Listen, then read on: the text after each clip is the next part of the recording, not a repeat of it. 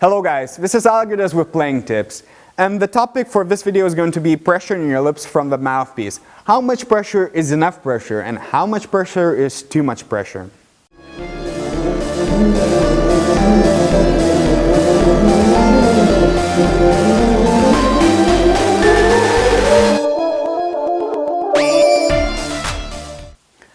Okay, so first thing we need to determine, why do we feel the need and why do we put excessive amounts of pressure from our mouthpiece to our lips sometimes, and why it is a common problem.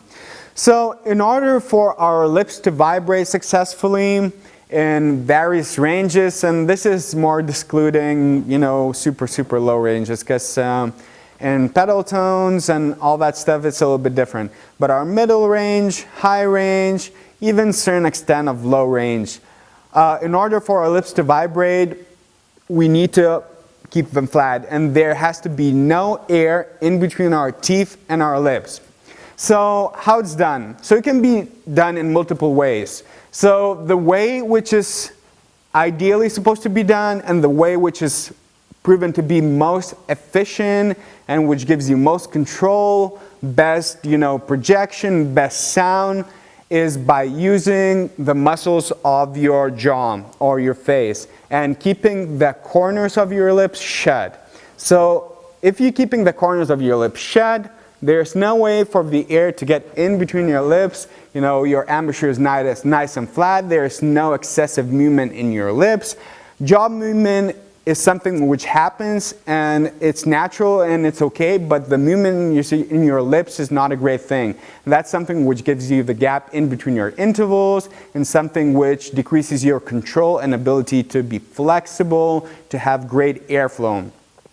So the problem which often happens, just like any other muscle in our body, jaw muscle or a facial muscle or our kiss muscle, any way you want to call it, is something we need to develop and something we need to strengthen throughout the time. And the problem which occurs whenever our facial muscle get weaker, we need to somehow compensate to make sure our lips flat. And what happens, sometimes we do it with our mouthpiece. So when we put excessive amounts of pressure with our mouthpiece, what it does, it keeps our lips flat, and therefore they can vibrate. Now, the problem to this is once you put too much pressure in your lips, it cuts the blood flow. Then the lips become deflated, they're flat, if they're not vibrant. In order for something to be vibrant, there has to be certain thickness and certain mass to the thing. So the problem with that is we often hear that we need to put as little pressure as possible, and the key word is as possible. There is going to be a certain amount of pressure, and there are multiple reasons for that. First of all, we need to keep contact with the mouthpiece. We lose the contact, we lose vibrations, we lose a lot of strength. We vibrate our lips, and it has to be converted to the instrument via the mouthpiece. Now, nobody has perfectly symmetrical teeth. So what happens when we place our lips on our teeth, they're not going to be symmetrically surfaced, and the thing is, what we need to do is make sure that our lips are touching the mouthpiece evenly. So what I want you to do is to take your mouthpiece and just gently put it on your embouchure.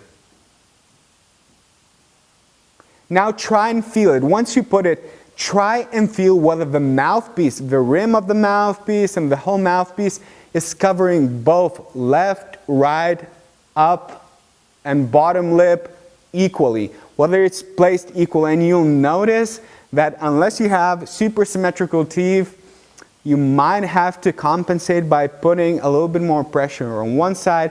And by little bit, I mean little bit, not something where you're pressing and you're jamming the mouthpiece to your lips. And that is the problem. Sometimes we cannot avoid putting pressure on your lips because it's something that we do. It's, nobody has perfectly symmetrical teeth, and there's going to be more pressure on one side or more pressure on the other side. The thing which you want to avoid by all means possible is putting too much pressure on your upper lip. So why is that? What I want you to do is do a little experiment for me.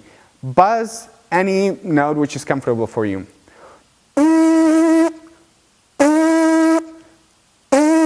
Now, while you're buzzing, I want you to put one of your fingers on your bottom lip.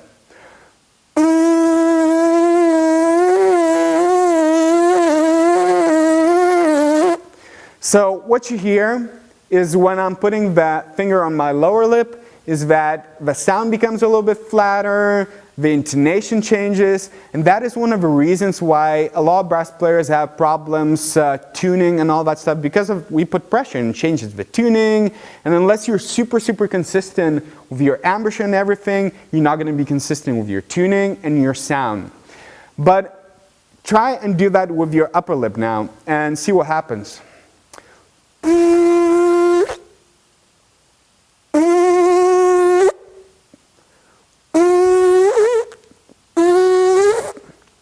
So, as you can hear, the sound is being cut off completely.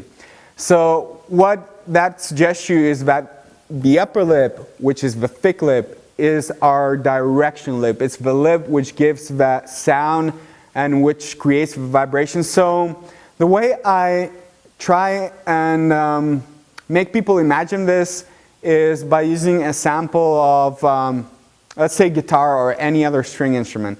So there is grip and there is strings. So strings are vibrating, but the grip is something which keeps the strings together and which creates certain amount of tension, not too much tension, but certain amount of tension for strings to vibrate.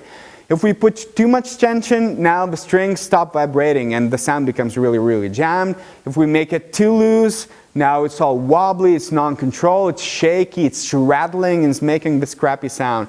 So this is the way I suggest people thinking about their teeth and their lips. Teeth as being the grip and lips as being the strings.